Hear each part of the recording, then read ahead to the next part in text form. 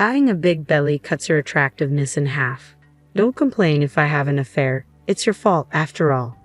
These were the shocking words my husband said to me, half smiling as he looked at my pregnant belly. I stared down, speechless, and he continued his harsh tirade. In your case, it's not just halved, it's zero. Once you hit your late 30s, it's already halved. Pregnancy makes a woman's worth zero. I couldn't understand what was so funny to him as he laughed alone. Tears welled up in my eyes as I realized how pathetic I felt for not seeing his true nature earlier. The despair I felt at that moment was something I would never forget. Since you quit your job and have nothing to do, make sure you take care of the house and support me, especially since you lack charm now. Otherwise, let's divorce. Divorce? At that moment, I started to think it might be an option for me. As I approached my due date with a large belly, my husband didn't hesitate to demand a divorce. For me, it was the perfect timing to agree to it. After that, I gave birth at my parents' house, and 2 years had passed when my husband appeared in a frenzy. I am Jessica, 36 years old, in my 3rd year of marriage, and experiencing my first pregnancy. As my belly grew, so did my affection for the life inside me. It was something I wouldn't have understood if I hadn't become pregnant. My husband Chris is a successful salesman, 2 years older than me, working for a major corporation. He often comes home late due to overtime, and since we were dating, I've always been concerned about his health. I've left some homemade dishes in the fridge for you to eat. You'll lack vegetables if you only eat out. Thanks, I'll eat them with the lunchbox. It's really helpful that you're good at cooking.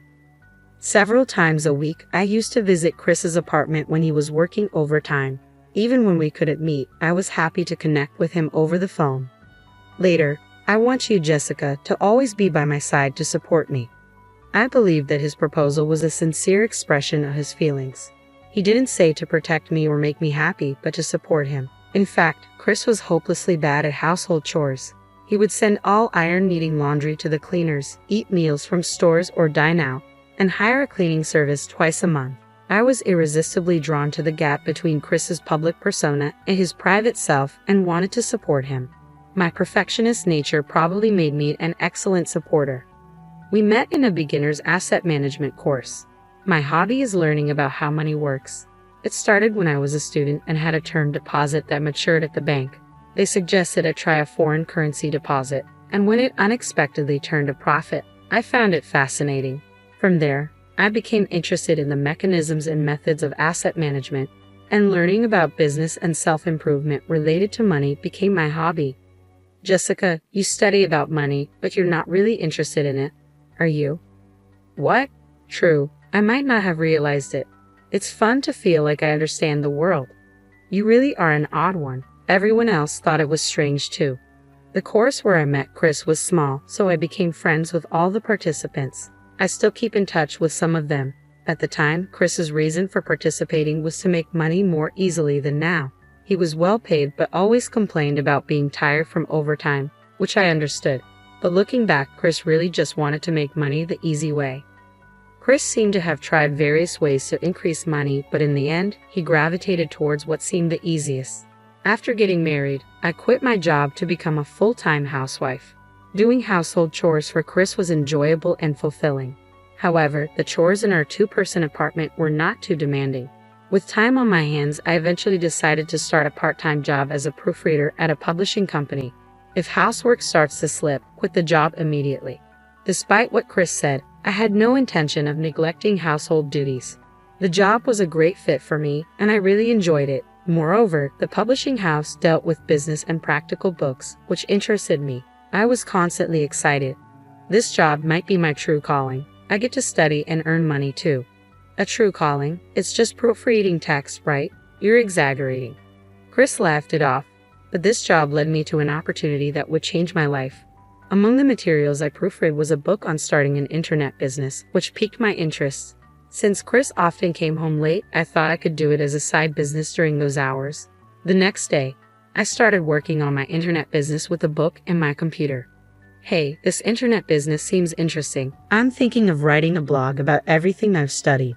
It might be helpful to someone, I said excitedly. Your hobbyist knowledge might be helpful. Really, you think you can make money with that? Chris laughed it off, but I was engrossed in my new hobby. working on it with great enthusiasm. My perfectionist nature was fully at play here too. The first time I saw meaningful income was 6 months after I started. I was thrilled and reported it to Chris. "Ha, just $20. What's there to be happy about? That's not even enough for pocket money." I was disappointed by his reaction, but at the same time, surpassing my husband's salary became my goal, and I became even more motivated. A while after starting my internet business, I had a reunion and a drink with the friends I met in the course. When I talked about what I was doing, some were interested and others were already doing it, leading to an engaging conversation. Perhaps feeling left out, Chris suddenly started complaining about me. "What she's doing is just a game.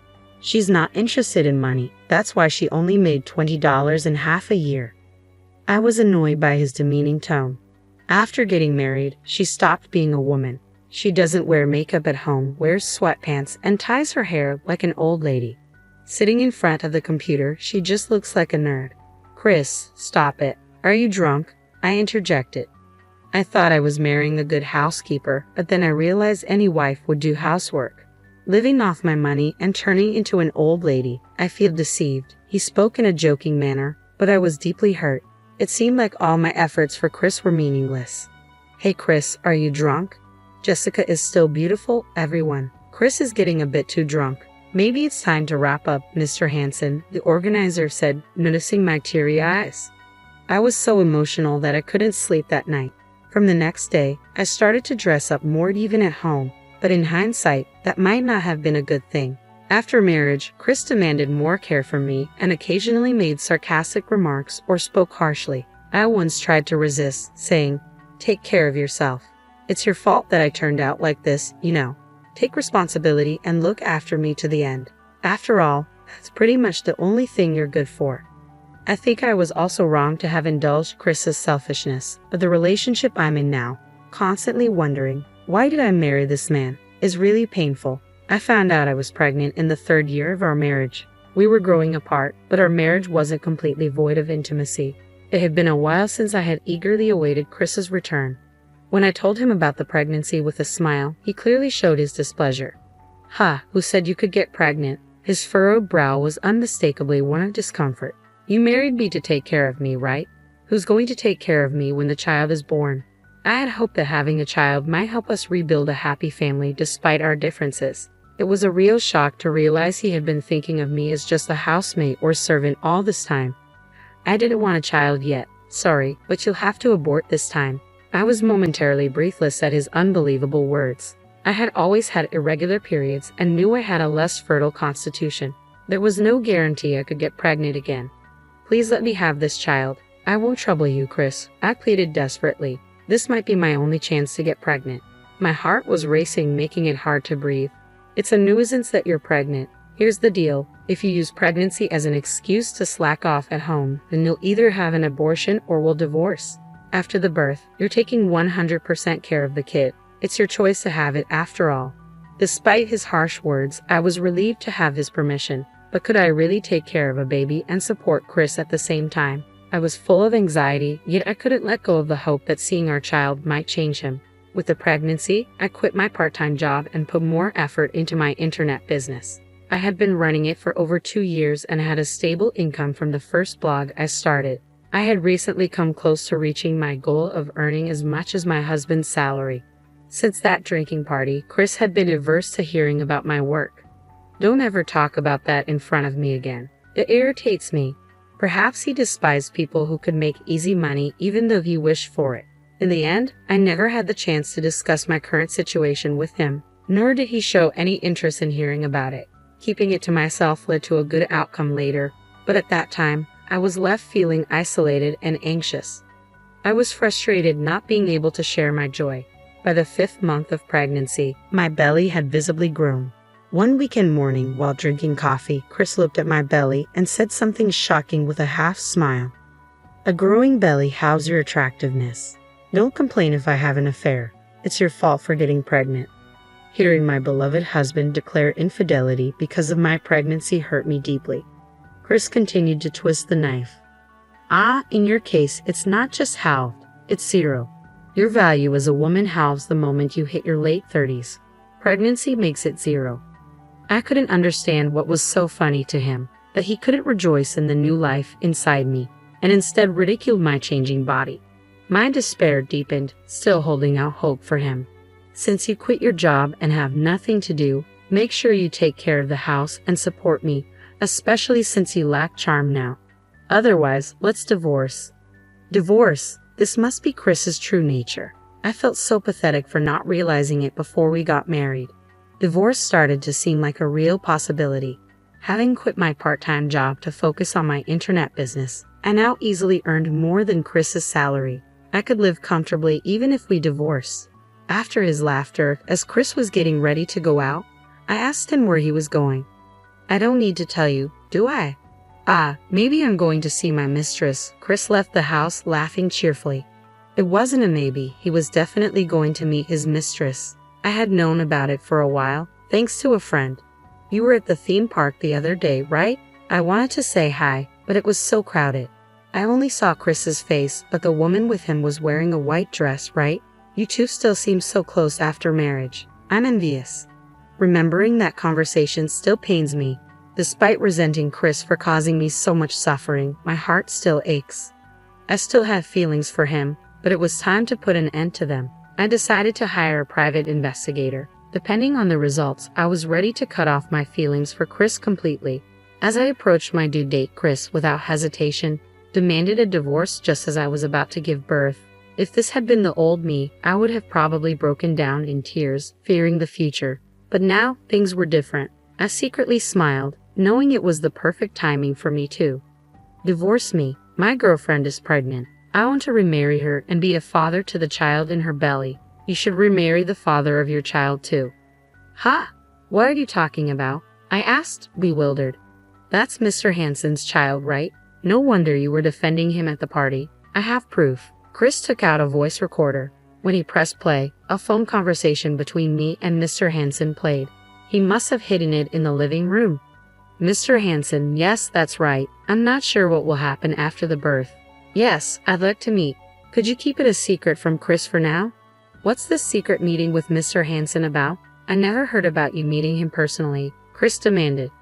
I sighed. He called to see if I wanted to work, but I can't say what will happen after the birth, so I've put it on hold. You can say anything, but I can't trust you anymore, Jessica. Since we're both at fault, we can agree not to demand compensation, right? To think he concocted such a lie just to save on compensation. I almost let out a smile, as I was thinking along the same lines. Okay, I agree to the divorce, but I will demand compensation from you. If you want to demand compensation from me, let's settle it in court. I threw the envelope onto the table. I received photos from the private investigator and spilled them onto the table. The images showed Chris kissing a woman and hugging her in front of her apartment. Your affair started 2 years ago. Maya is 25 and the daughter of a company president, isn't she? You wouldn't want to let her go, I said, smiling sarcastically. I'll submit this as evidence. You can submit that audio from earlier, and we'll also do a DNA test just to be clear. Chris, perhaps out of anger, was trembling, his face flushed red. He probably never thought I was investigating him. Fine, I'll pay the compensation. Maya is young and beautiful, and on top of that, she's rich. Unlike you. After remarrying, I can work at her father's company and won't need to be a corporate slave anymore. So this is what Chris really thinks, I thought, catching a young wealthy woman to make an easy fortune. I'm sick of a woman like you. I want to raise the child with Mia. When I was pregnant, he said he wasn't ready for children yet. Is this the irony of fate? Even though I thought I was over it, my heart constricted at that moment. I'll claim compensation, but if you promise never to call yourself a father to this child, I won't ask for child support. Really? Then let's do that. That child isn't mine, and make sure you never show up in front of me again. Even though it was what I wanted, hearing those words from Chris cut deeper than I imagined. Never involve yourself with us again. And about the division of property. No division of property. We're divorcing on mutual agreement, right? I was relieved he said it before I had to. All right, I'll prepare the divorce agreement.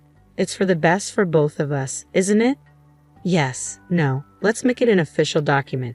I don't want any complications about money later on. Chris must have known deep down that the child in my belly was his. Later, we officially settled the divorce, covering compensation, child support, and property division. Chris tried to skimp on compensation, just as I didn't want to give any of my money to a man who belittled my work. I moved back to my parents' house and safely gave birth to a girl with their help. I was able to continue working while raising my child, thanks to my internet business. Nearly 2 years after giving birth, I received several calls from an unknown number. Wondering who it could be, I answered the phone. "Jessica, what's this about? Explain." His shout was so loud that I instinctively moved the receiver away. "Ah, he found out," I thought, sighing with irritation and annoyance. It was Chris. "I heard you're successful, making over $110,000 a month. Is it about that internet business you mentioned before? Then you should have told me. It's joint property, right?" Chris ranted loudly, contradicting his previous stance against discussing it. "You were the one who said no property division. Remember, our divorce was mutual agreement. We even made it official with a document, so there's nothing you can do now. I'm really busy. Don't call me again for such nonsense." I responded calmly and hung up. On the other end of the phone, Chris was still ranting, but I refused to engage further. Concerned about my daughter, whom I had left at my parents' house, I called my father the next day. Apparently, Chris had stormed into my parents' house in a frenzy. "I was deceived by Jessica. Please let me talk. How can you be so cunning and not feel ashamed as a parent?" "Jessica, let's talk properly. I won't leave until you come out." Though my father knew what I had told him, he was exasperated by Chris causing a scene at the doorstep. My father handed Chris a note with my whereabouts. "Jessica is there. Go talk to her. You're the coward who cheated, destroyed your family, and abandoned your child. Get out of here. If you come here again, I'll call the police immediately." After being sternly rebuked by my father, Chris took the note and left. He probably intended to come straight to the high-end resort hotel. I was staying just a 2-hour drive from my parents' house when the front desk called me as dusk approached. I asked them to tell him to wait in the lounge and leisurely left my room. The view of the sea dyed red by the sunset from the lounge was beautiful. As I sat down in front of Chris, who looked out of place and anxious, I ordered a gin and tonic from the waiter. "Why are you in such a fancy hotel? What are you drinking?" Chris began, his tone accusatory. "Yes, I've finished my work for today. This high-end hotel is my favorite," I answered with a smile. "Work? You're making over $30,000 a month now. How is that possible? Were you deceiving me?" Chris's voice was tinged with bitterness and disbelief. "Deceive you? I told you many times that I was pursuing my internet business. Remember?" I replied calmly, recalling his earlier dismissals. "Yeah, I heard you made $20, but you never said anything after that. So, I thought you quit. How much were you making before we divorced?" Chris's confusion seemed genuine, yet there was an undercurrent of resentment. I almost burst into laughter. Why is he so desperate? I thought to myself. I was already earning more than your salary before we divorced. And no way did I deceive you, I replied firmly, correcting his misunderstanding. "Why did I divorce you? I've been so unlucky since," Chris continued, his tone shifting to one of self-pity. Suddenly, Chris started to talk about his current situation, seemingly deflated. "Maya can't do housework at all. I thought any woman could handle that. When I get home, she leaves all the childcare to me and goes to sleep first." Unexpectedly, Chris began to praise me. "You would never have done that," he admitted, recognizing my efforts in a backhanded way. He seemed to be really struggling. "Mia, being from a wealthy family, likes luxuries and spends money like water. When I went to Maya's parents to apologize, they told me to take responsibility. They said they'd pay both compensation and leave the childcare to me. I knew from the private investigator's report that Maya liked older men who would spoil her. She was already on her third affair, and each time her parents cleaned up after her. That's how I received a lump sum for compensation." "At least you got the compensation," Chris remarked bitterly. "It's hell. If we get divorced, I have to repay the entire compensation up front. She spent all the money, and we don't have a penny left at home. On top of that, she's probably cheating again." As I remained silent, Chris must have thought I was sympathizing. "I want to get back with Jessica. Now I realize how much she cared for me. If she's earning that much, she can pay the compensation in one go, right? Why would I get back together with you? Are you an idiot? I'm not your mother or your maid. Don't be ridiculous." I retorted sharply, my patience wearing thin at his selfishness. His incredibly selfish words made my blood boil. Seeing my fury, Chris looked shocked. You don't need to speak to me like that. You took care of me so much, but you chose to let that go, didn't you? The gin and tonic I ordered arrived, and regaining my composure, I took a deep breath and spoke in a calm but firm voice. We promised never to involve each other in our lives again, didn't we? I have no intention of helping or getting back together with a scumbag like you. After the call, I drank my gin and tonic in one gulp, slamming the glass down on the table. I'm going abroad next week. My work can be done from anywhere, and I keep making money even as we speak. That's the system I've built. And just to correct you, my monthly income isn't $10,000. It's $30,000. If you ever show up at my parents' house or let my daughter see you, you'll pay the agreed-upon penalty of $50,000 in one lump sum. I added firmly, leaving Chris gaping and speechless as I walked away.